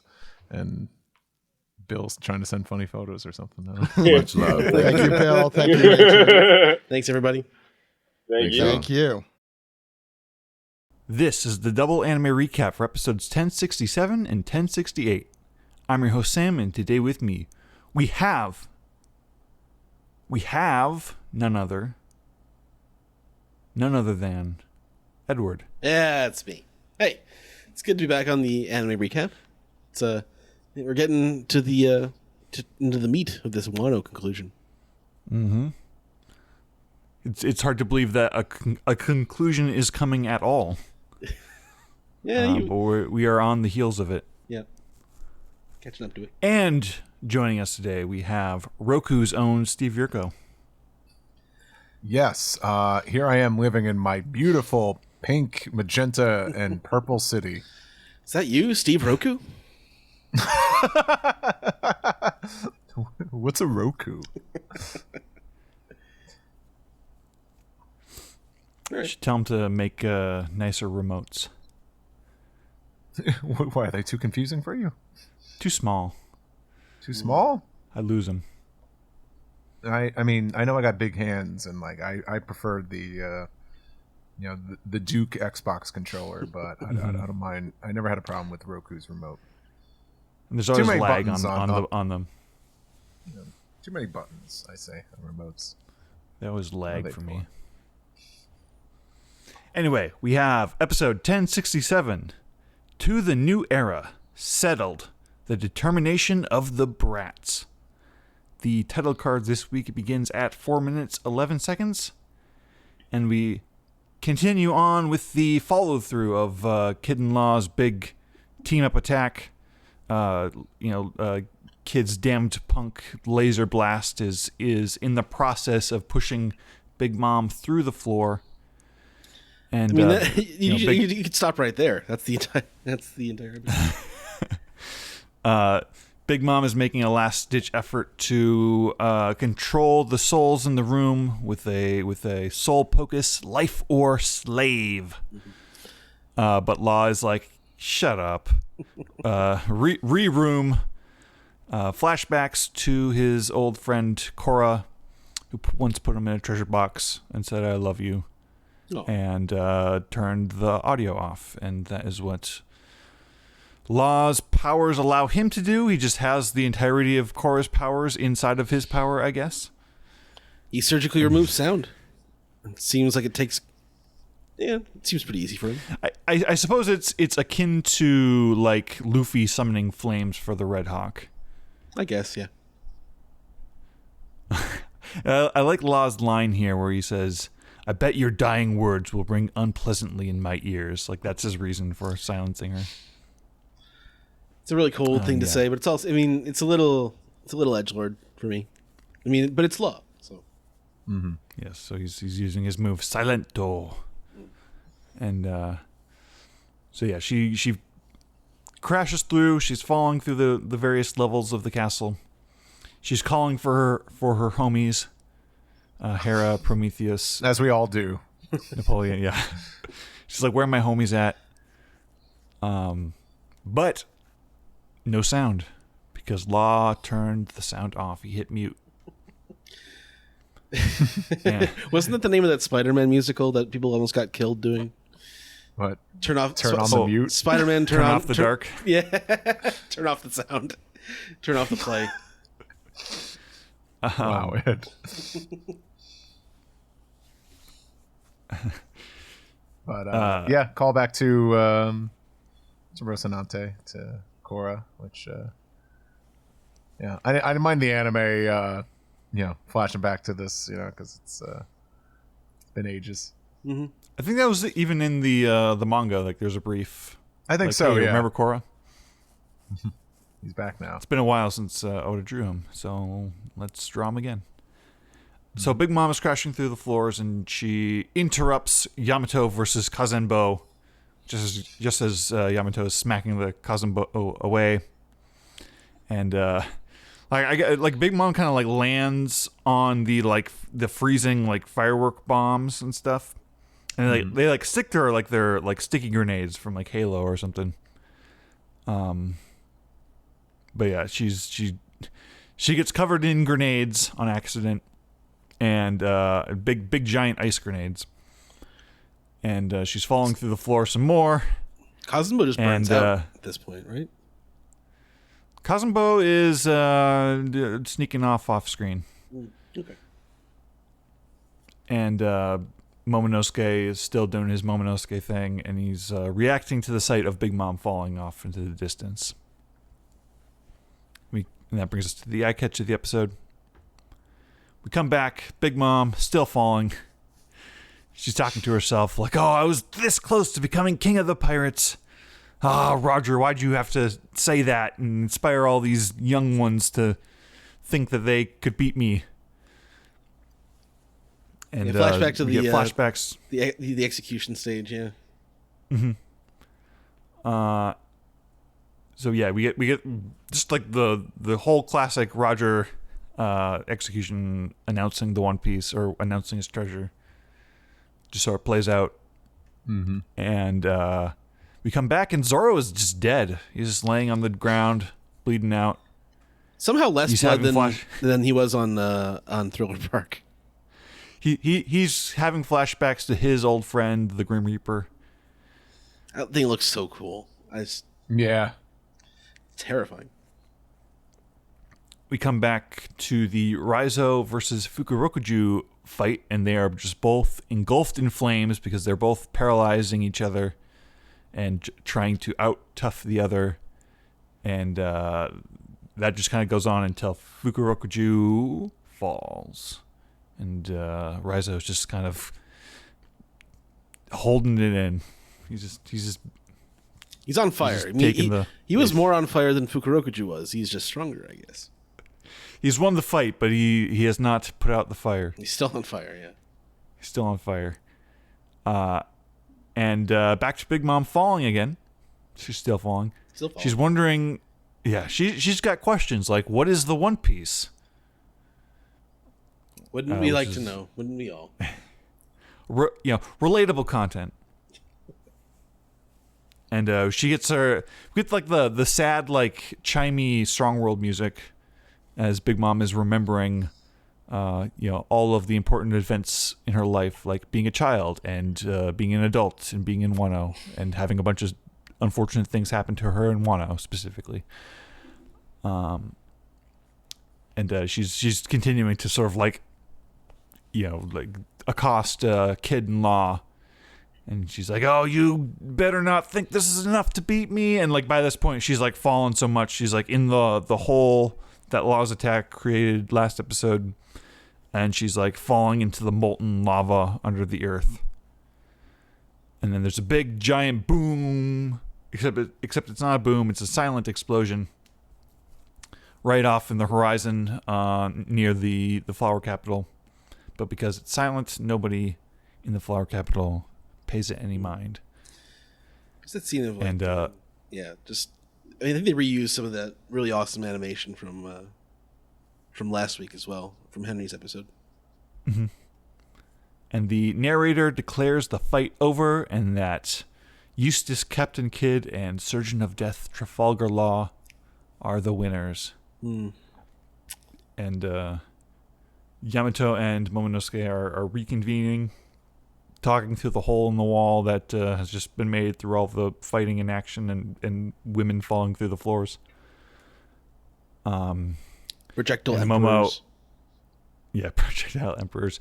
And Momonosuke is talking about, hey, he is, or that thing is coming, that Zunisha, a companion of a Joy Boy who committed a crime 800 years ago. Dun dun dun. Episode 1068. Moon Princess Echoes, the final phase of the Land of Wano. The title card is at 3 minutes and 38 seconds. And we get to hear Zunisha's voice.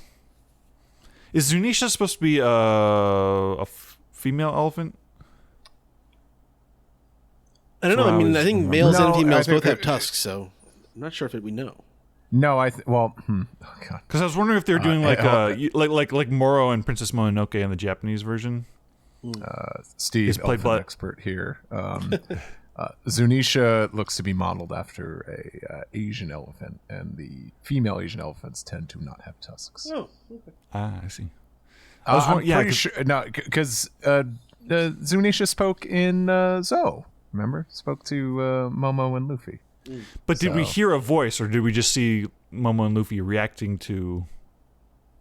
No, there's a voice because they command Zunisha to attack Jack, and it's like, okay. I only vaguely remember. They got a good like grumbly deep old man voice for Zunisha. I like it a lot. I have 103 manga volumes on a bookshelf here, and unfortunately that volume isn't easily. I can't grab it right here, but Zunisha has spoken before. And so Zunisha's talking to Momonosuke. It's like, I've been waiting for you, Momonosuke. And Momonosuke is talking about how it's like, I read all of Odin's journal, but he ripped out the most important one. He ripped out the pages about Laugh-Tale, so we still don't know what's going on there. And he's kind of asking Yamato, like, hey, I'm in charge of bringing in the new era, and I'm in charge of Wano, but like, am I a coward if I don't want to open Wano's borders yet? He's very torn up about this conflict, about knowing what his dad wants him to do, but not feeling ready for it yet. We're on one of the other burning floors where Izo versus Guernica and Maha, and this scene looks like $1 million. Yeah. Oh yeah, freaking! They really gave Izo some shine here instead of just cutting to, the end. Yeah, some good fighting. Like the CP0 guys doing lots of finger pistols. Izo's like headbutting, even like in his like moments of desperation. He gets. It's so weird to see such a desperate fight. Just it's such a decisive ending for a major character. Close quarters. Yeah, and a close quarters like physical fight for Izo up until the end where he shoots Maha and takes him out, and he falls, he passes out, and his eyes are blacked out, and it doesn't look too good for him there. And Guernica is like kind of shooken up about Maha taking the bullet. We have Otama waking up Hihimaru and Komachio, who are spooning. Yeah, who are spooning, and Marco flies in. He's like, hey guys, I'm Marco. I'm old reliable. Here, let me. I'm too old for this. I'm tired. I did my part, and he gives Tama a head pat. And Nami is happy to see him. She understands that this is a cool, strong ally on their part. Guernica is receiving orders from one of the other CP0 guys in Wano, talking over the walkie-talkies. He's getting orders to interfere in Luffy's fight because of the rumors about Luffy's fruit. That they have to do what they can to make sure that the fight ends with Luffy's death. Even more important than Kaido's, it seems. And Drake pops out of the rubble just in time to make this difficult for him. Drake is like, oh god, I gotta do something. Remember back when like the translations were really spotty for Marineford Ed, and we thought this was Marco's personality. Yeah, yeah. He's just sort of hapless. Just being things happen to him. Like even going back to his childhood, things just happen to Drake. He doesn't have much control. That brings us to the eye catch of the episode, and now Orochi he's getting a little frustrated with Komurasaki, who's just been kind of sitting there playing her shamisen with her mask on. And he's like starting to wonder, like, okay, why have you been wearing the mask the whole time? That's kind of sus. Are you a ghost? And he freaks out because he's like, oh shit, you're definitely a ghost. We set this subplot up like within the first 5 episodes of Wano. Orochi is afraid of the ghosts of the people who have been killed at his hand. We got some, Luffy versus Kaido continuing on. Kaido is yelling about Lin being defeated because he could feel her hockey disappearing, and he's shouting about that. And down below, Law and Kid are questioning whether they should head up and rejoin the fight against Kaido. But they are pooped. They're like, okay, we have to leave this up to Luffy because we're done. Like, if Kaido is the victor and he comes down here, we're dead. So we just have to trust. And Kaido remembers meeting Big Mom. He has a memory of when he was 15. It's like a point of view shot of him seeing a kind of backlit Big Mom, young, a 20, 30 something, 40 something Charlotte Lin. Yeah. Post child balloon and pre old lady balloon. Yeah, that brief period of time when she got fit. Yeah. And they're talking about Rocks, and she's like, "Oh, you're joining Rocks, huh? Well, I think he's a good for nothing. You come to old Big Mom if you need something." So like their relationship really does seem to go like way back. Mm-hmm. And he starts to cry. He's back to tears in his beer mode, which Luffy responds to by going Snake Man, complete with the big like Snake Man title card. And Kaido's like, "Hey, stop interrupting my nostalgic moment."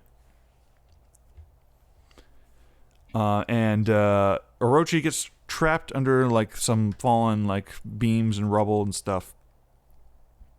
And Komurasaki, aka Hiyori, is like, "Oh, you didn't notice? Like when you were all freaking out and getting emotional, I stuck you with the Sea Prism Stone nail, so that you can't turn into your snake form." Worked out pretty well. And yeah, Orochi's like, "Oh, what's going on? Why we go way back? You love me, don't you?" This guy's and she's like, strong word.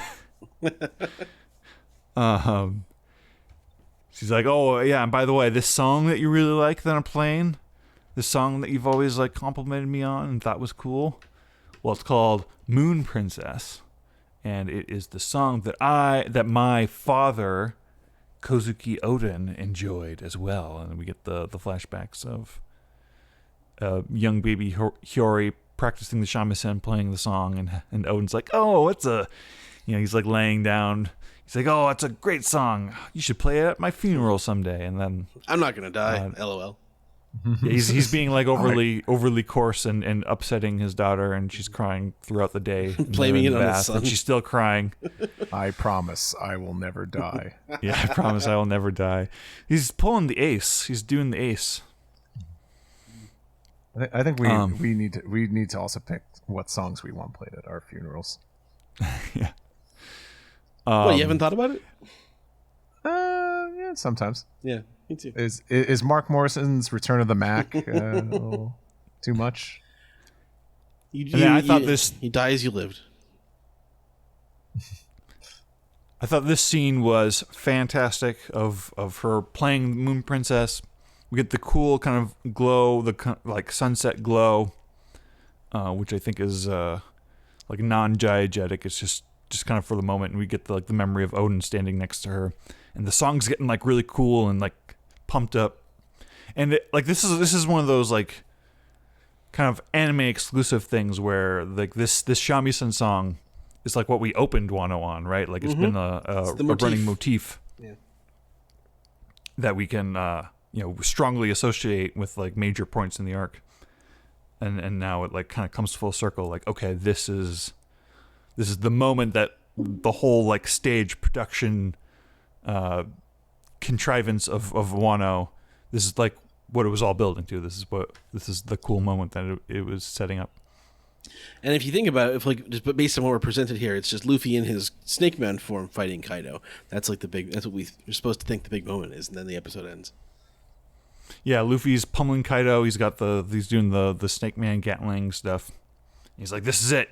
I'm on my last fourth gear. I'm gonna kick you out of Wano at any cost. Rah! To be continued. General thoughts on these two episodes? Big Mom sure fell for a while. Yeah, she did.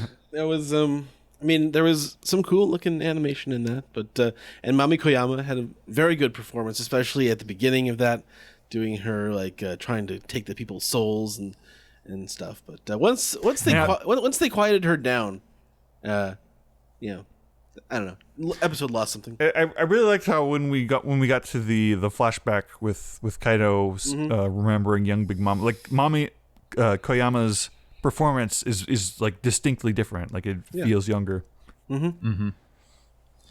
It's incredible how she's also like Aurelia Chen from Dr. Slump, and and she was Fujiko originally, right? Was she? No. She was she was in one OVA because it was a non-union production or something like that, or they were. Oh, okay. Yeah. Is the Fuma conspiracy one? Yep. Yeah. Okay. But the voice of Pudding is also the current voice of Fujiko. Oh. I don't know. I didn't know that. Hey, I'm gonna look that up while I set it online, so I don't, definitely the second episode had the better high spots, I would say, for animation wise. I'm really happy with the Izo scene because I think I remember, us kind of lamented it at the time of like he just dies. Yeah, I think also like the panel, they kind of did it one for one in the anime because I remember that panel being kind of a little tough to read with the final blow between him and Maha, but that really like, and I know the scene of him like saying like, no, I got to stop you guys. That's all, that was in the manga, of course, all that. But I think the anime did a really good job of like just getting that plight over of, Izo being like, Izo could have walked away, but he knew he's like, if he let them go, they're going to be a huge problem for someone else. So I think Izo, Izo hasn't really been in the story a whole lot. No. So I think for him to get a scene like this, I think it was really good for his character, and it was great. It looked great. It was important. I think that they had that scene with Kiku as well. I don't know. It feels more. It feels more full circle than it felt in the manga. Maybe there was breaks and stuff. I don't know. Yeah, I agree. I think these episodes they're mostly solid. Like there's definitely stretches where you can feel the story kind of like coasting and buying time, but there's frequent enough like strong moments and scenes. I even like the last scene with Kaido and Luffy, because I said before I feel like I'm starting to lose track of all these scenes. They kind of just like it's just Luffy and Kaido kind of exchanging blows again, but this was one where like Kaido had like a emotional reaction to something, so. And it's also it's the only scene left at this point. That's what's left. Yeah, I mean, and Luffy declaring like this is my last Gear 4, like that definitely gives you like it puts you in a sense of urgency, where you're like, okay, either this is the final blow, or he whiffs this and something else has to happen, right? Right. Something else. I start chanting, and so your imagination starts to run. I guess the drums. Steve, did you get everything you wanted to say in? Yeah, I think these are two solid episodes, and I think both of them are kind of just did the job done, but they have like their big standout scenes. Like I said, I really appreciated Mizo's stuff, and we're consolidating now. We're knocking we're knocking out a lot of bad guys here, and we're almost out of subplots to follow. Yes, Fukurokuju has fallen. Yes, Kazenbo is extinguished. Yes, thank God, we're almost done. Orochi is writhing in pain. Yeah. Oh yeah, and thanks Anime for adding in a scene of. Everyone, thank God Drake is okay. Out the nail. Oh yeah. Drake, he's okay. Everyone is here. No, they were pretty good. All the stars. Yeah. Pacing aside with the Big Mom stuff, I still enjoyed watching everything. Absolutely. Yeah. They were fun. I mean, these were not at all not hard episodes to watch at all. Very pleasant. Mm-hmm. All right. Anything else you guys would like to say, or before we move on to the next segment? No, I'm good. All right, let's move on.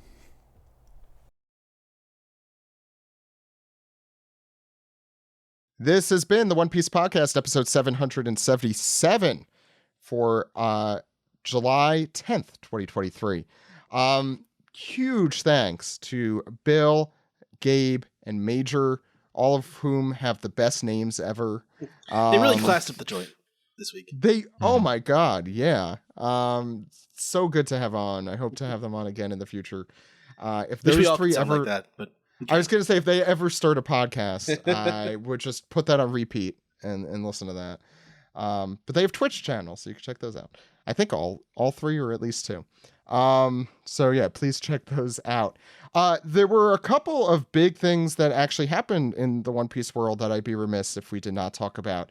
First of all, the thing I have been listening and watching all week long, it came out, I think, just before our SGS episode dropped last week, and that is the Egghead promo for Volume 106 with Mori I do not know how to pronounce it. I'm not sure who did that song, but that was pretty cool. Mori Calliope. I think a popular VTuber. It is a VTuber, yeah. The full song comes out the 17th from what I have seen, and I'm very excited for that. And the lyrics are all just about the Egghead arc, and it is such a cool, fun 80s intro-y kind of anime intro kind of thing. It's super worth your time. It's only 2 minutes long. If you haven't seen that, I don't know if you guys have thoughts on that. It's cool. I really hope this is a new trend where we're just getting these really slick original animated videos promoting the latest volume. Agreed. And the last one was really, really cool too. Is that video game-ish, like I don't even It was know. more like just like a computer system, yeah. Yeah, I didn't know how to refer to that. I'll also say the Dallas Music Symphony happened this past week on, I believe it was the 6th. And I know Joe was there, and friends of the show, Corinne and Marianne, voice actresses for Momonosuke and Flambe. I was thinking of the food. We're also there. And you guys are going to be at the one in LA. I don't That's know if right. we want to talk Yeah. about that, Steve. It's I mean- next Saturday, I mean, right? It's coming Saturday. Saturday night. Yeah, in Los Angeles. This no, I'm March? not- Not oh, this one again. Ken is rolling his eyes. Yeah, like not that I'm like planning a meetup or anything, but myself, Ed, Alex, Vero, Donnie, Brian, a bunch of us are coming through to go check out the concert. So if we happen to run into each other, please say hey. Say hey and then just walk away. Say hey. What a wonderful time of day. Yeah, don't do that. Learn and laugh and play. Get along with each other. You still going? I'm done. Ed, I'm assuming you're also really excited for. Yeah, this is see my some Koei summer Tanaka. of travel and back-to-back trips within like 2 weeks of each other. Oh yeah. Boston was fun, and LA is going to be fun too. Yeah, I'm good. Getting out there, traveling, all that fun stuff. It's been like, yeah, I haven't hardly traveled at all since like Otakon 2 years ago, except for like a family vacation.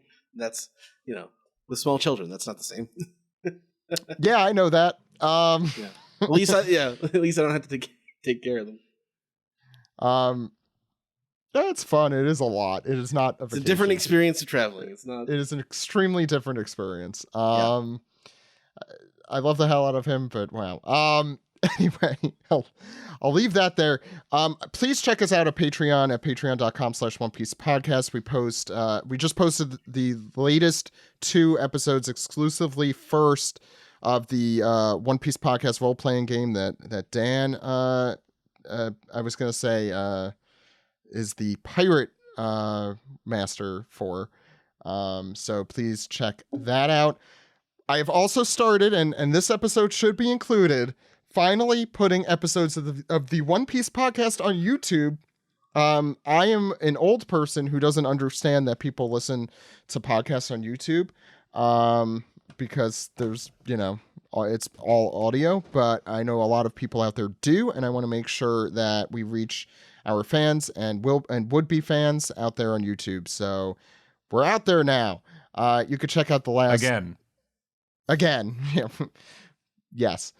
So please check that out as well. You could check us out wherever you get your podcasts, as Ed will explain soon. Yeah, actually, Steve, where can people find you? Well, you could find me at Twitter, Twitch, Instagram, Threads. I'm not on Threads. Were you on No, Blue Sky? don't go Blue on Sky? Threads. Blue Sky. We're on Blue Sky. Blue Sky. Yeah. I'm on Threads. Don't go on because, Threads. I got to be the Steve Yurko that's on Threads. Yeah, you could follow me there, I guess. I don't know. I'm trying to figure out which one of these are going to be worth it. I don't want to just repost the same damn crap on a bunch of different social medias. This plug is going long. Yeah, follow me there. Turn into ranting. Watch me play some video games poorly on ProZD Plays Games over on YouTube, Which has where been we great. started, I've been marathoning Thank it. you. I recommend. We as of now, we started our latest our long playthrough of Zero Escape: Virtue's Last Reward. I'm gonna plug this one because it's a lot of fun, and if you're familiar with the channel previously, it's just us going through a story game and doing all the voices, and it was something I was nervous but also very excited about doing, and it is a fantastic game. It's a great playthrough. Please check it out. And also just want to shout out to anyone who came by during AX and said you listened to the show. Some of you like sneak that in at the end of a purchase, which is like very deceiving. But if you said I like the show. Goodbye. It's like you could feel free to tell me from the start, because I'll gladly talk to you about One Piece or the podcast, whatever. But if you came by the table at all this weekend, and if you purchased something, you picked something up, I really appreciate it. It made a chaotic weekend worthwhile. So thank you very much. Ed, where could the good people find us? Well, Zach, they can find you on Twitter at Zach_Logan. You're what? ZachLogan.OnePiecePodcast on Blue Sky? Is that how that works? Zach.OnePiecePodcast.com on Blue Sky, which I am using. If you I know it's still in its beta, so a lot of people don't have that yet, but I've been enjoying it. as much as you could enjoy a social media platform. Sure. Yeah. The age of social media is over. It's just that. Yeah. That's Bad idea. It's the age of radio again. You know, Ed, I've been feeling the same, but also we're a bunch of dudes in our mid-30s now. Yeah, I don't know if we're really the ones who. I don't know if we're the ones. I don't know if we're the ones that could call that shot. But I don't know about you guys. I don't feel like sharing every aspect of my life with the world anymore. No, and you shouldn't. Just generally. But having said that, you can still find me on Twitter until they shut the lights off. I will die at this. Yeah, club. but you should still follow all of us. Yeah, we're still totally like entertaining. Edward E. One Piece. Oh my God, so entertaining. Oh, podcast can be found at One Piece the new and improved OnePiecePodcast.com, Twitter.com, YouTube.com, Instagram.com/One Piece Podcast. OnePiecePodcast@gmail.com is our email address. Let's see. You can subscribe on SoundCloud, Spotify. Oh, please subscribe at patreon.com/One Piece Podcast. You can subscribe, rate, and review on Apple Podcasts or call us on our phone number, Zach. That phone number is 347-497-6 Maji. Maji, there you go. Been a couple weeks.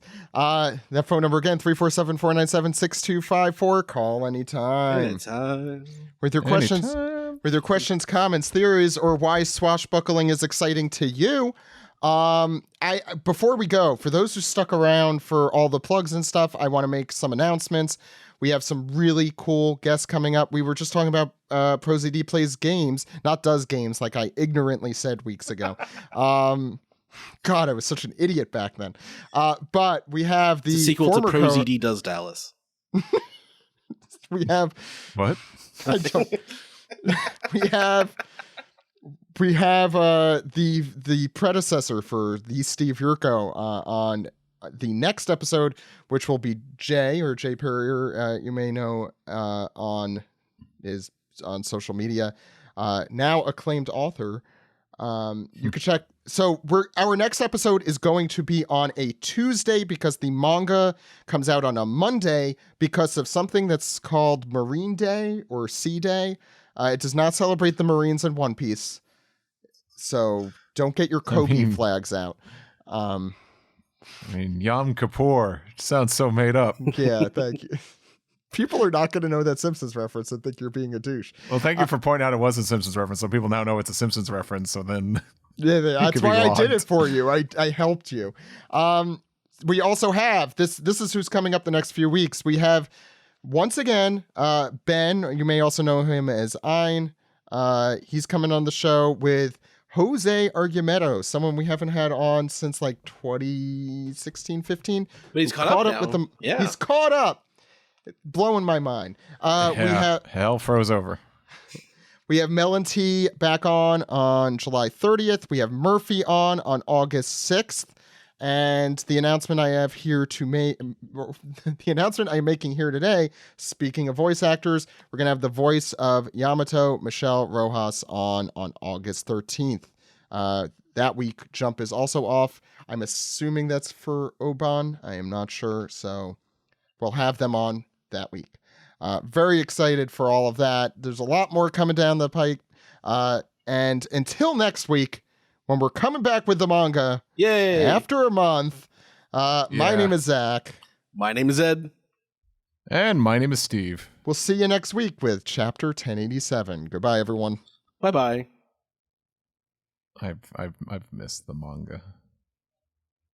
It's missed ever you so much. I've stood at the shores every day waiting for my manga to return. Did the manga receive my message in a bottle?